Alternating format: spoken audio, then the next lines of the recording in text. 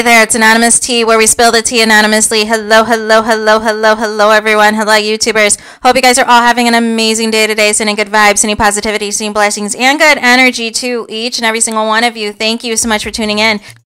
So today we are talking Larsa Pippen and Marcus Jordan, also known as Michael Jordan's son, also Larsa Pippen, known as Scottie Pippen's ex-wife, have called it quits, have unfollowed each other, have deleted pictures of each other off of their Instagram accounts after a year of quote-unquote dating. So here's my take on this.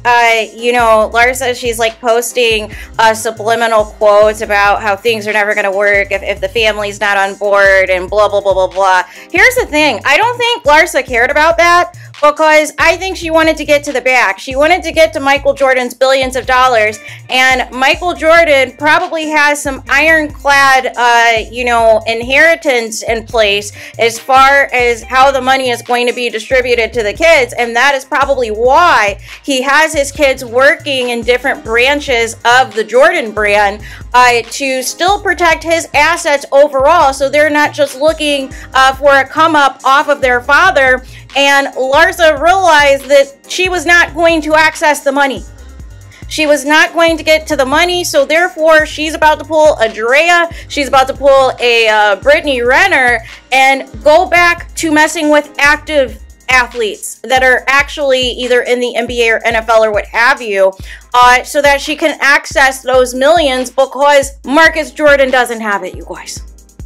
But I told you guys this was never going to work anyways, because the foundation of it was wrong. It was inappropriate to start, because basically, you know, during the time you were with Scottie Pippen was when all of Jordan's kids were pretty much babies. So it's just disgusting from that aspect of it. How low do you have to go that you're messing with your, you know, ex-husband's former teammate that he has beef with, his son?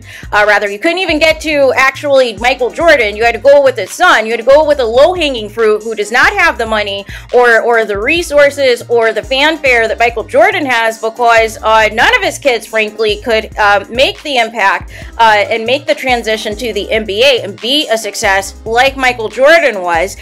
So therefore, you wanted to get Marcus Jordan work. You got him to film with you on Real Housewives of Miami. You guys were on Watch What Happens Live with Andy Cohen, bragging about your sex life and how often you guys were having sex and all of these things. And then you guys both were even on The Trader, so you were trying to get him some side income, because he doesn't have it.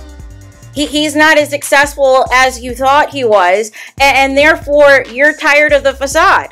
And it's no coincidence that once this breakup was announced, we're seeing photos and pictures again of Marcus Jordan with his father, Michael Jordan. We knew from day one that Michael Jordan wasn't on board, and he was never going to be on board. You think Michael Jordan doesn't know better than anybody how these groupies move? You think Michael Jordan doesn't know better than anyone? Anybody who's trying to stick you for your paper? You think that you were going to actually marry Marcus Jordan on as long as Michael Jordan was still around and was still, you know, in control of all of his assets? It was never going to happen, because he saw through you. He knew you were a gold digger. So therefore, it was just a matter of time. That's probably why he was hands off for a while, but actively telling TMZ and anybody else who would listen, basically saying H to the no, this is not going to be a thing. But ultimately, you know, step back and allow his son to see things for what they were, and realize that you can't be going on all these expensive trips. You can't be spending all this money on Chanel bags and Louis Vuitton bags and Gucci and all these things when you don't have the money. And then you realize how materialistic and, you know, superficial Larsa Pippen is. And so now, all of a sudden, you have a conscience, but we told you from day one what this was. And all this was she thought she had access to Michael Jordan's billions, and she thought that she could marry into the family and access them. And she found out after a year that even Marcus Jordan doesn't even have enough money for her to even fake it long enough for them to even get down to the aisle. But they were never getting down to the aisle anyways. That is what Larsa, you know, tried to convince the people and try to convince the public. But that was never going to happen. Not on Michael Jordan's watch, it wasn't. So there is that. Let me know your thoughts in the comments. Please do not forget to like, comment, and subscribe. Hit the notification bell so you're notified the moment I post new content on my channel. And with that being said, I'll talk to you guys again very soon.